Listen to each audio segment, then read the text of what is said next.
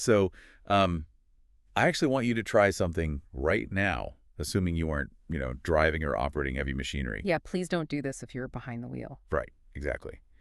But if you have some clear space around you, just stand up for a second, close your eyes, and gently lift one foot off the ground. Just hold that position. Yeah, and if you're doing it, you'll notice pretty quickly that you aren't perfectly still.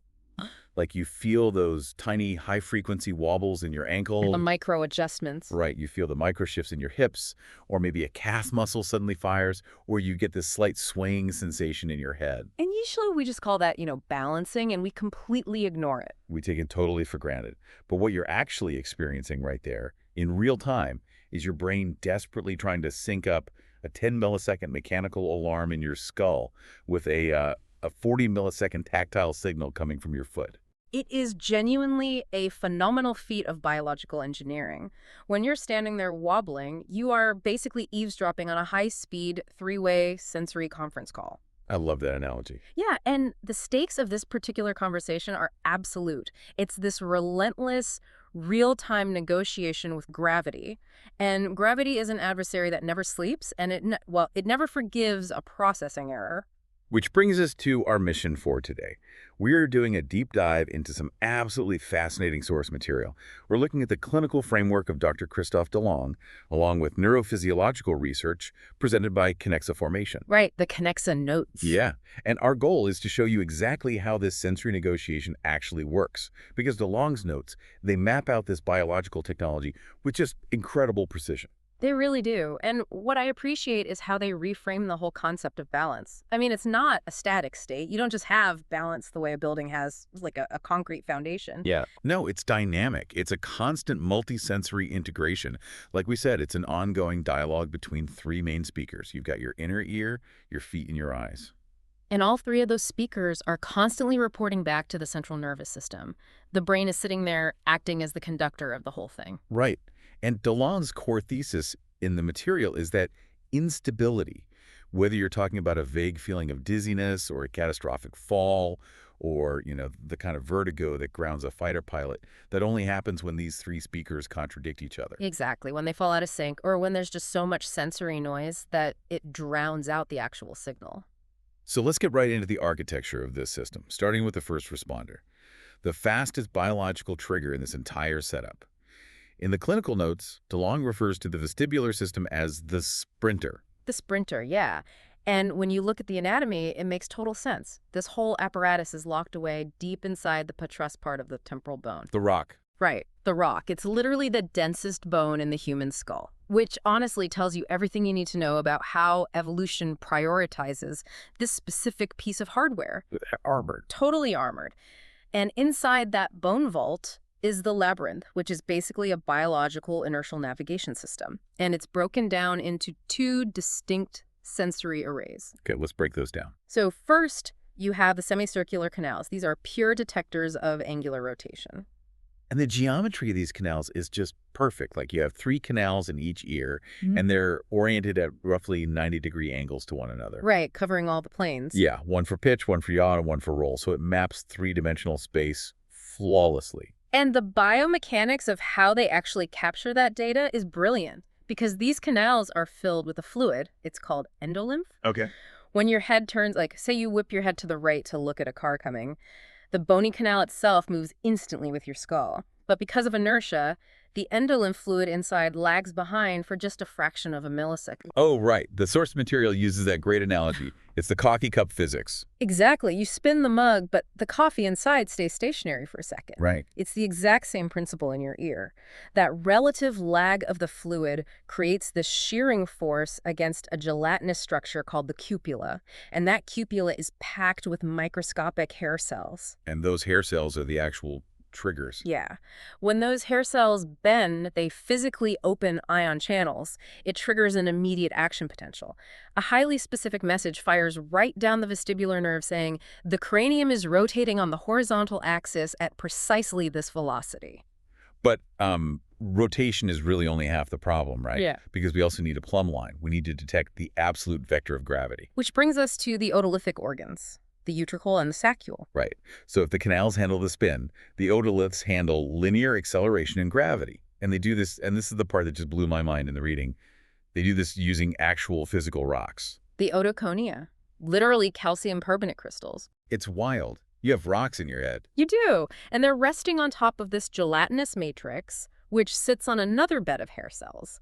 And because these crystals have physical mass, they're subject to gravitational pull. So right now, just sitting here or standing, Yeah. gravity is pulling those tiny crystals down. Exactly. It's constantly giving your brain an absolute, undeniable reference for down. And it works for movement too, right? Like if you're sitting on a subway train and it suddenly accelerates forward, your body moves forward, but inertia keeps those heavy crystals lagging backward. Yep, they drag the gel, they bend the hair cells, and boom, your brain instantly registers linear acceleration without you even needing to look out the window. It's so elegant.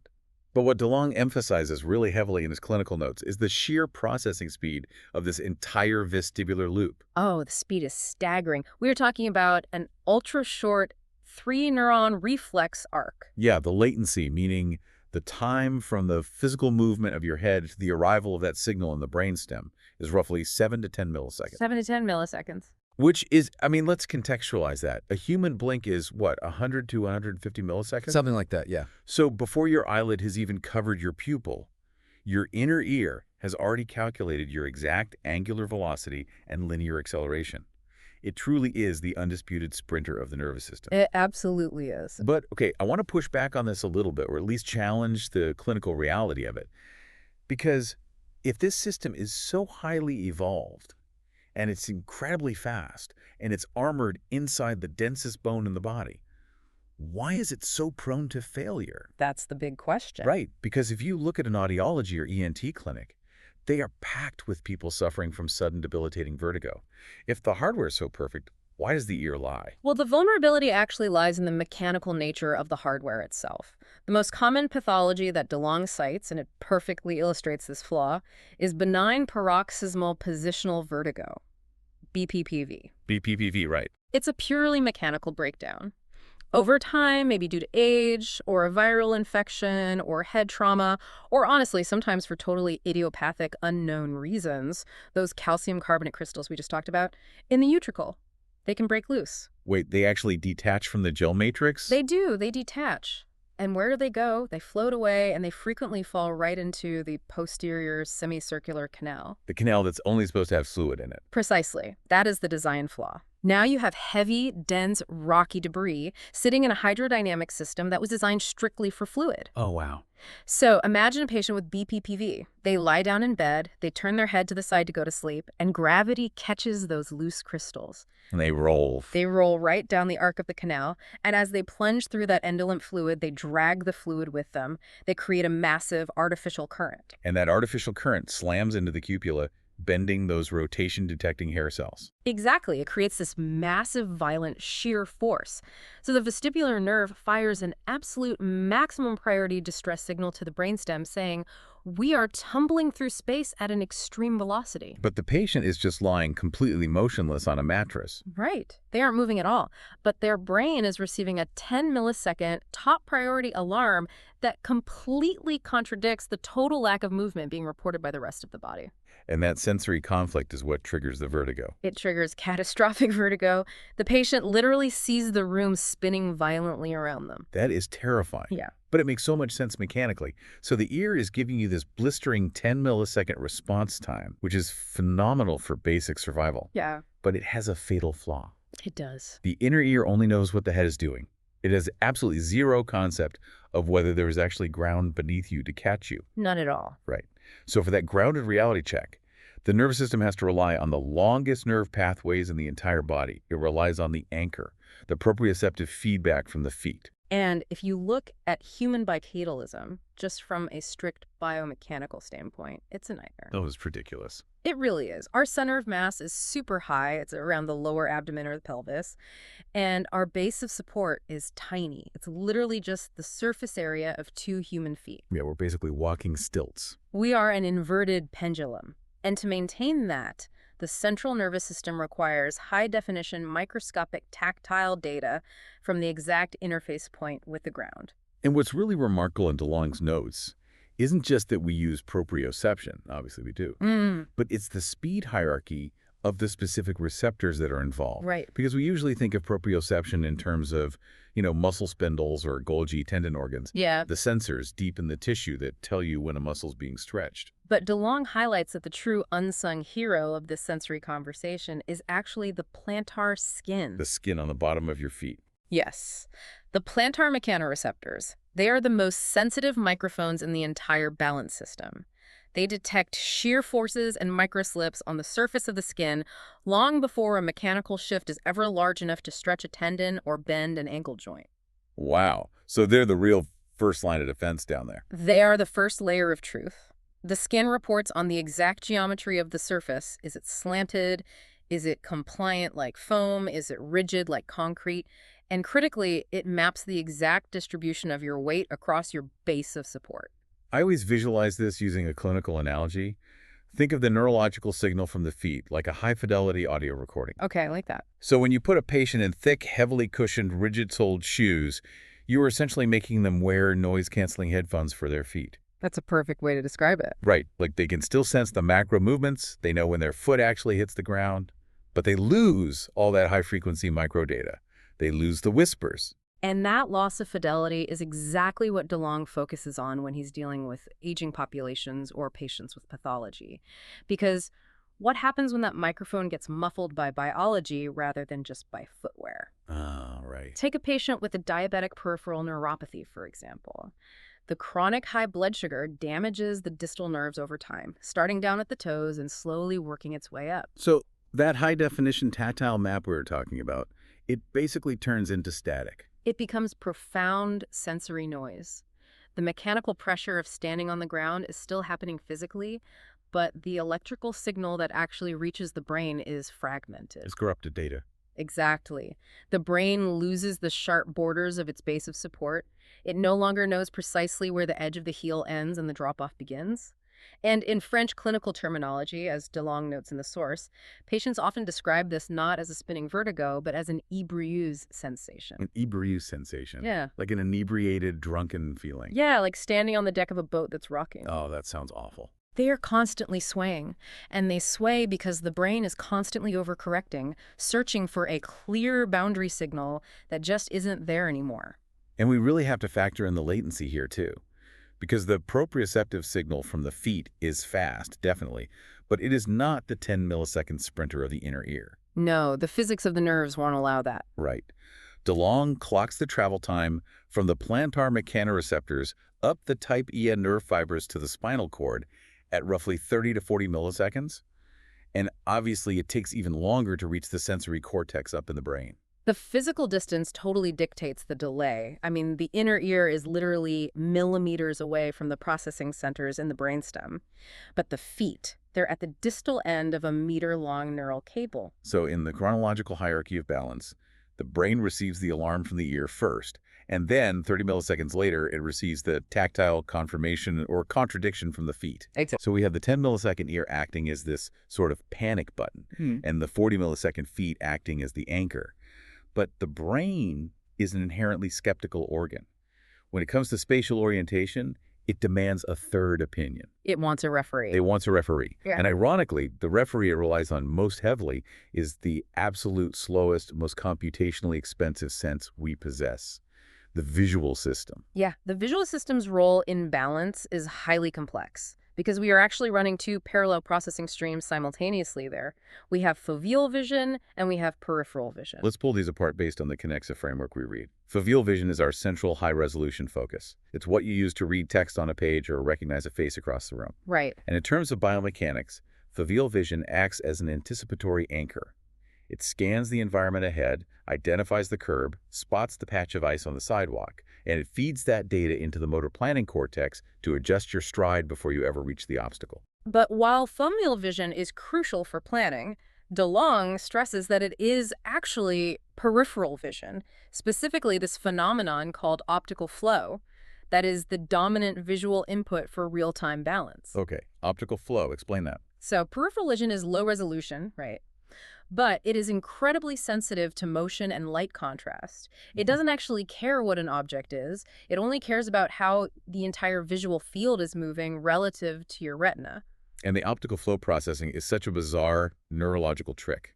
It feels entirely counterintuitive when you first read about it. It does. Because if the visual field in your periphery begins to slip backward, your visual cortex doesn't assume the room itself is moving. It automatically deduces that your physical body is moving forward. Right. And if the vertical lines of the walls in your periphery suddenly tilt to the left, the brain assumes your center of mass is falling to the right. It provides the ultimate spatial reference frame. The peripheral retina is constantly whispering to the brain, I confirm the horizon is horizontal, and I confirm our velocity relative to the static environment around us. And here is the massive biomechanical paradox in DeLong's notes. We talked about the blistering 10 millisecond speed of the vestibular loop. We talked about the 40 millisecond tactile response from the feet. Yep. The eyes, the great verifier, the sense we trust above all others, they operate with a massive lag. Visual processing latency for balance sits between 70 and 100 milliseconds. Latency is just unavoidable. Yeah. It's due to the sheer biochemistry and the computational load involved. I mean, a mechanoreceptor in the foot is basically a simple mechanical switch. Pressure on, pressure off. Exactly. But vision requires photons to physically hit the retina, trigger a complex phototransduction cascade to bleach the rhodopsin, And convert that into graded electrical potentials. send it down the optic nerve, hit the lateral geniculate nucleus, project it all the way to the occipital lobe at the very back of the brain, render a complete three-dimensional spatial map. And then bounce all that process data forward again to the vestibular nuclei to finally be compared with the ear and the feet. It is a massive, massive rendering job for the brain. So my question is, if the visual data arrives a full 60 to 90 milliseconds after the inner ear has already reported the movement, why do the clinical notes explicitly describe the visual system as having a domineering temperament? That's the trap. Biologically, why would the brain give absolute veto power to the flowest sensor in the entire array? Well, it's an evolutionary vulnerability, and it's tied to our heavy reliance on vision for general survival. Primates are profoundly visual creatures. We rely on our eyes for everything. Right, so when the sensory streams from the ear and the feet become degraded or noisy or conflicting in any way, the brain's default panic state reaction is to turn up the gain on the visual cortex and actively suppress the other inputs. And DeLong refers to this clinically as the trap of visual dependence. The trap, exactly, because optical flow is incredibly easy to hack. And it can absolutely lie to you. Oh, the classic example from the notes that everyone has experienced. Yeah. I know exactly what you're going to say. You're sitting in your car at a red light. Your foot is on the brake. You are completely 100% stationary. And then a large bus pulls up in the lane next to you, completely filling up your peripheral vision. And then the bus starts to slowly roll backward. Right. And what happens neurologically in that moment, your peripheral retina detects massive optical flow moving backward. Even though your vestibular system in your ear says you're perfectly still. And your proprioception from your foot firmly on the brake pedal says you're still. But your brain, because it falls right into the trap of visual dependence, it overrides the ear and it overrides the foot. It screams, we are rolling forward into the intersection. And you instinctively slam your foot down even harder on the brake pedal, completely panicked, even though you never physically moved an inch. It's such a universal experience. And that illusion proves just how easily optical flow can completely hijack the motor cortex. It does. Now, apply that same vulnerability to a clinical patient.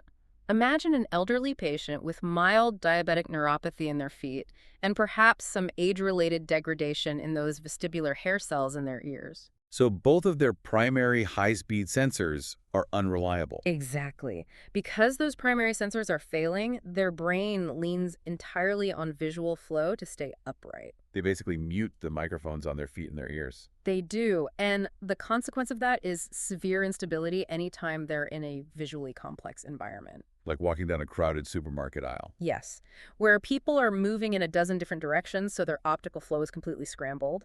Or if they walk on a wet sidewalk at night where headlights are refracting off puddles, the visual data becomes totally chaotic. And because they've lost the habit of trusting their feet, the moment their vision is compromised, their fall risk just skyrockets. It goes through the roof. So we have this really intense processing problem going on in the brain. The 10 millisecond ear is screaming an alarm, the 40 millisecond feet are confirming contact, and the 100 millisecond eyes are finally rendering the horizon. Right. If the brain is constantly receiving data on three completely different timelines like that, how do we not just live in a state of permanent, nauseating sensory lag? How does the central nervous system sync these feeds? It uses a hardwired reflex-level bridge between the fastest sensor and the slowest sensor. It's called the vestibulo-ocular reflex, or the VOR. The VOR. In the context of biomechanics, the text argues it's possibly the most elegant, highly calibrated reflex in human anatomy. I would absolutely agree with that. It's fascinating because the mathematical precision required for the VOR to work is so unforgiving. Delong really zeroes in on what is called the rule of gain. Yes, the gain ratio. Right. So when your inner ear detects a sudden head movement, let's say you pivot your head to the left, it completely bypasses conscious thought. The signal shoots straight from the vestibular nuclei to the oculomotor nuclei, commanding the extraocular muscles of your eyes to instantly counter-rotate to the right. But it's not just a loose general approximation. To maintain clear vision during movement, the speed of the eye movement must be strictly mathematically identical to the speed of the head movement. So if the vestibular system registers a leftward head velocity of, say, 120 degrees per second, It must drive the eyes to the right at exactly 120 degrees per second. a gain ratio of exactly 1.0. Yeah, It's basically a biological Steadicam for your retinas. that's a great way to think of it. And we can see exactly what happens clinically when that ratio degrades. Say a patient comes into a Kinexa clinic with vestibular hypofunction, and their VOR gain has slipped from 1.0 down to, say, 0.7. Okay, so their eyes are moving too slowly to keep up with the rotation of their head. Right. So what is literally happening to their visual field in that scenario? Is it just like a lag? Oh, it's much worse than a lag. It's an active visual shearing called oscillopsia. Ocelot. Because the gain is off, the image of the world is physically slipping across the retina while the patient is in motion. Imagine walking down the street, and with every single heel strike, the entire visual world bounces and blurs violently. Oh man, that sounds exhausting. They literally have to stop walking completely just to focus on a street sign to read it. It is neurologically draining. And this brings up the second law of the VOR from the source material, the rule of latency.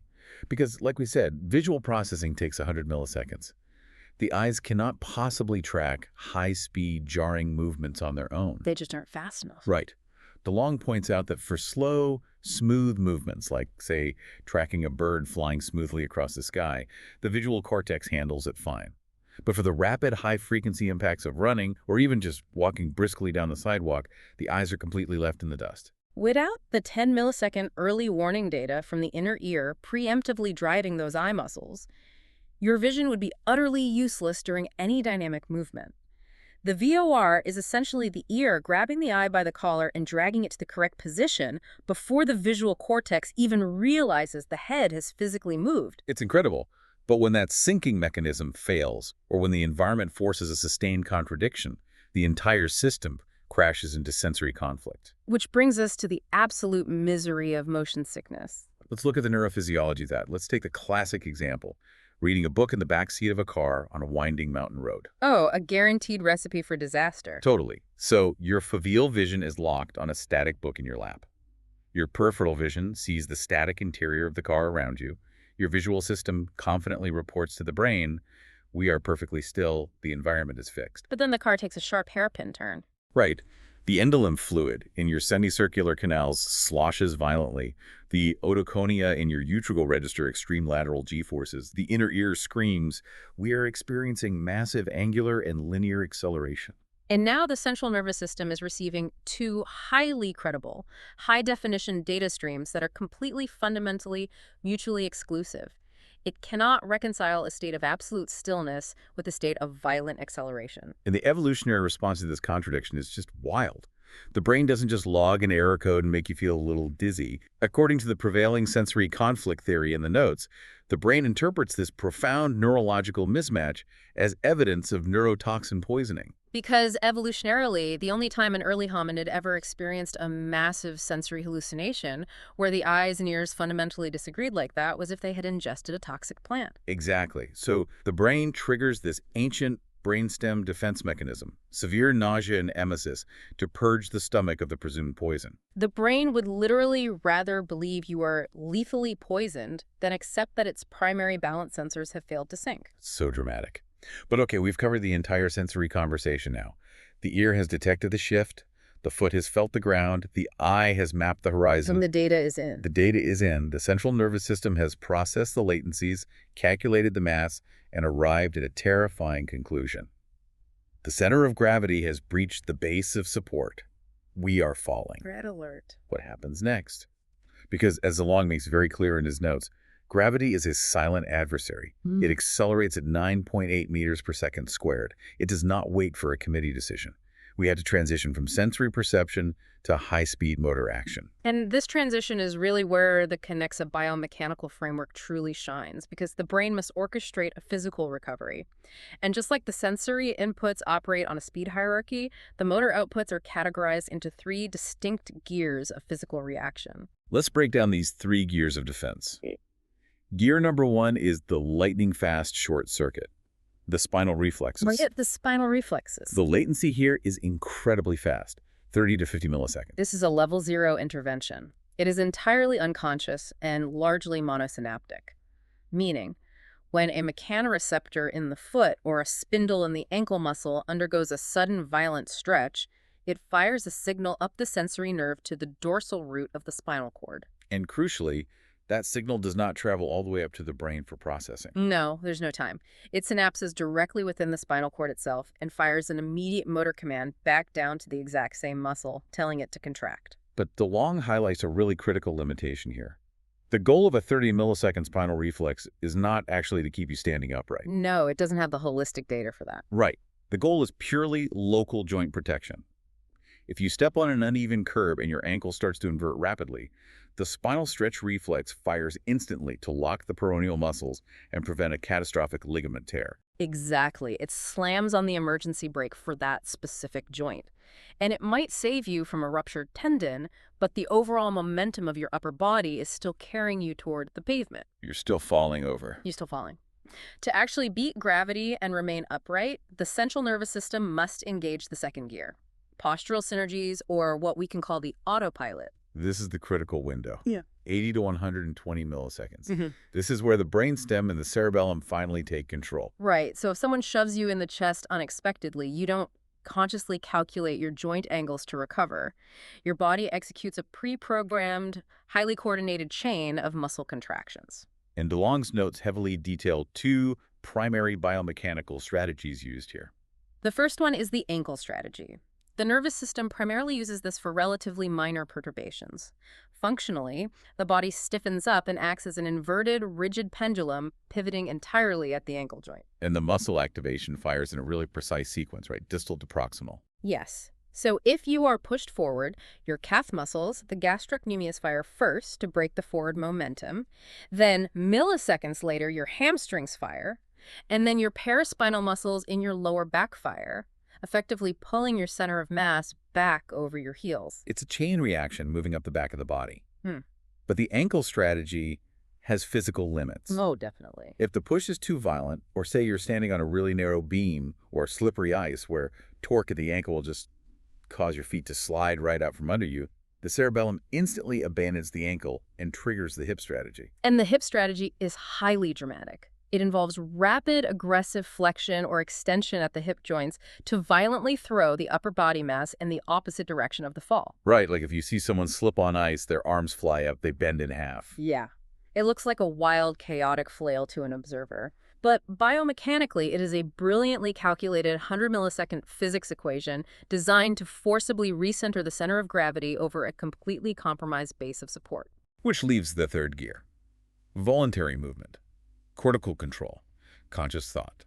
And the latency here is beyond 200 milliseconds, because obviously it requires conscious thought. The sensory data has to reach the parietal lobe, get routed all the way to the prefrontal cortex for decision-making, then to the primary motor cortex to generate a custom movement plan, and finally, down the corticospinal tract to the muscles. It's a very long trip. And DeLong makes a pretty chilling point regarding the specific latency.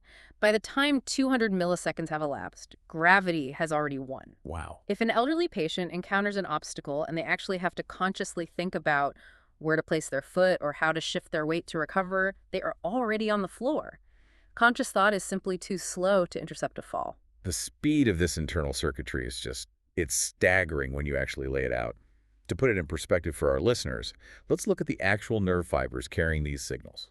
The type I sensory fibers that carry the proprioceptive data and the motor commands are heavily myelinated. They act like biological fiber optic cables. Their conduction velocity is extraordinary. DeLong's data clocks them at 80 to 120 meters per second. That is upwards of 260 miles per hour inside your body. Now contrast that with the unmyelinated C fibers that transmit, dull, aching pain. Right, the pain fibers. Those transmit at a sluggish 0.5 to 2 meters per second, less than walking speed. It's a massive difference. So practically, this means when you twist your ankle on a hike, your nervous system has detected the tissue stretch, fired the 30-millisecond spinal reflex to lock the joint, routed the data to the cerebellum, and executed a 100-millisecond full-body hip strategy to keep you from tumbling completely down the hill. All before the pain signal has even managed to travel up your leg to tell your conscious brain that you are actually hurt. You have physically saved your own life before you even feel the injury happen. It is a masterpiece of distributed processing. And honestly, this exact timeline is why the Kinexa biomechanical framework is so revolutionary in a clinical setting. Exactly, because standard neurological exams might just ask a patient to, push against the doctor's hand to measure raw muscle strength. But raw strength is totally irrelevant if the timing is compromised. Yes, you can have the strongest quads in the world, but if your postural synergy takes 180 milliseconds to deploy, instead of 100 milliseconds, you are going down. The strength doesn't matter if it's late. Right. And Kinexa utilizes these dynamic force plates in electromyography to measure the exact latency of those postural synergies. It evaluates the true fidelity of the sensory conversation and the exact speed of the motor reply. It's capturing the actual speed of the network. And if Kinexa detects that a patient's reaction time has degraded from a healthy 100 milliseconds to, say, 180 milliseconds, maybe due to a silent microvascular issue or early-stage neuropathy, the clinician knows their fall risk has just tripled. Long before the patient ever experiences their first actual clinical fall. It's incredibly predictive. So we understand the hardware, we understand the latencies, and we have the tools like Kinexa to diagnose exactly which speaker in this sensory conference call is lagging or lying. The ultimate question for DeLong's framework now is, how do we fix it? How do you repair a subconscious reflex? Right. To understand the rehabilitation, we first have to understand what I think is the most sophisticated trick the brain employs to manage all this data: the efference copy, or corollary discharge. Because the brain doesn't just passively listen to the sensory influx, it actively predicts it. This concept completely reframed how I think about movement. When your motor cortex generates a command to take a step forward, it sends the primary signal down the spinal cord to the leg muscle. That's obvious. Right. But a split second before the leg actually moves, the brain sends a parallel copy of that exact motor plan, an efference copy, directly to the sensory processing centers. It is the neurological equivalent of sending an out-of-office memo to the inner ear and the visual cortex. An out-of-office memo. Yeah. It's basically saying, attention. In approximately 20 milliseconds, the body will accelerate forward, the horizon will naturally shift backward across the retina, and the otoliths will experience linear shear. Do not trigger a balance alarm. This sensory disruption is generated internally, and it is entirely expected. That predictive cancellation is why you don't induce terrible motion sickness in yourself when you go for a jog. Your brain literally mutes the sensory consequence of your own actions. Exactly. But let's look at what happens when that prediction fails. Yeah. Say you are walking on the sidewalk and you step on a patch of black ice. Your foot slips laterally. The optical flow shifts violently. The inner ear registers a sudden, terrifying drop in altitude. But crucially, the brain never sent an efference copy for a slip. Right. There was no internal prediction. So the total absence of an efference copy, combined with massive sensory disruption, is exactly what tells the brainstem. This is a life-threatening external perturbation. It immediately bypasses all cortical filtering and triggers an absolute maximum gain postural synergy to save the system. So anticipation clearly manages the cognitive load. But what happens when the baseline system is just bogged down by pathology? Like, DeLong's notes dive heavily into the concept of sensory noise and cognitive load. Right. Well, for a healthy 25-year-old, standing upright in a complex environment requires almost zero cognitive bandwidth. The sensory signals are clean, the latencies are tight, and the entire process runs basically as a low-level background application. But for a patient recovering from a vestibular lesion or maybe managing that peripheral neuropathy we talked about earlier, Mm.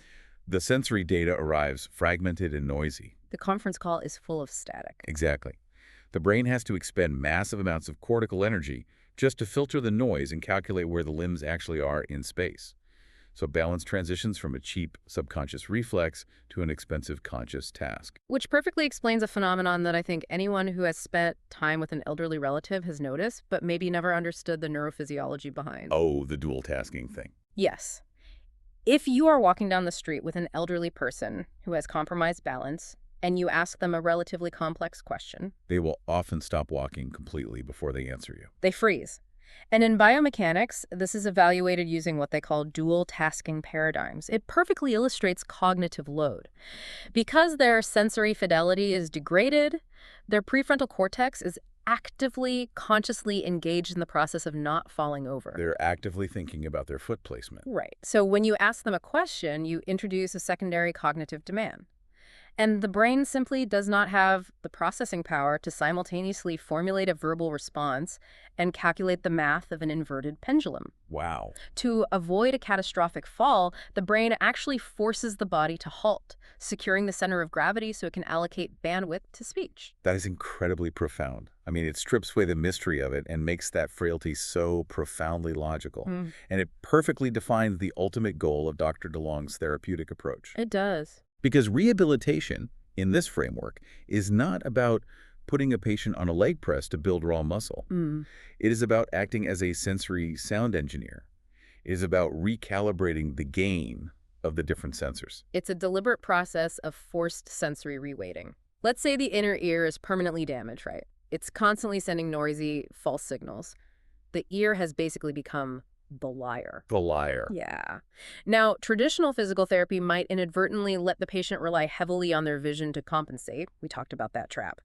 But DeLong's approach demands that you teach the brain to actively suppress the liar and upregulate the tactile truth coming from the ground. And this is exactly why you see physical therapists torturing patients by putting them on those thick, unstable foam pads and asking them to close their eyes. It looks so simple, but it's diabolical. It is.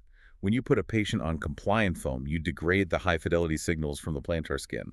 You are introducing mechanical noise. And then, when you have them close their eyes, you completely remove the visual verifier. You are intentionally plunging their nervous system into absolute sensory chaos. Exactly. But by doing that in a highly controlled, safe environment, you force the central nervous system to adapt. You force it to hunt for whatever weak, residual signals are left in the proprioceptive pathways and manually amplify them. You are effectively rewiring the brain to trust the feet again. And as that neural pathway strengthens, the cognitive load decreases. The ultimate metric of success in a Kinexa guided rehab program isn't just that the patient stops falling over in the clinic. No, it's about real-world application. Right. The metric of success is that the patient can walk across a busy, visually complex supermarket aisle while carrying on a conversation with their spouse without ever having to stop walking. Because you have successfully pushed the calculus of balance out of the conscious cortex and back down into the subconscious brainstem where it belongs. It is entirely about restoring the silence of the system. It's beautiful, really. Yeah, it is. As we pull back and look at the entirety of this deep dive, it completely changes how you view movement. The next time you take a single step, I really want you to appreciate the sheer high-speed biological violence happening under the hood. Every single step is a controlled forward fall. You are initiating a controlled forward fall. You're relying on a 10-millisecond fluid dynamic sensor inside the densest bone in your skull to detect the pitch.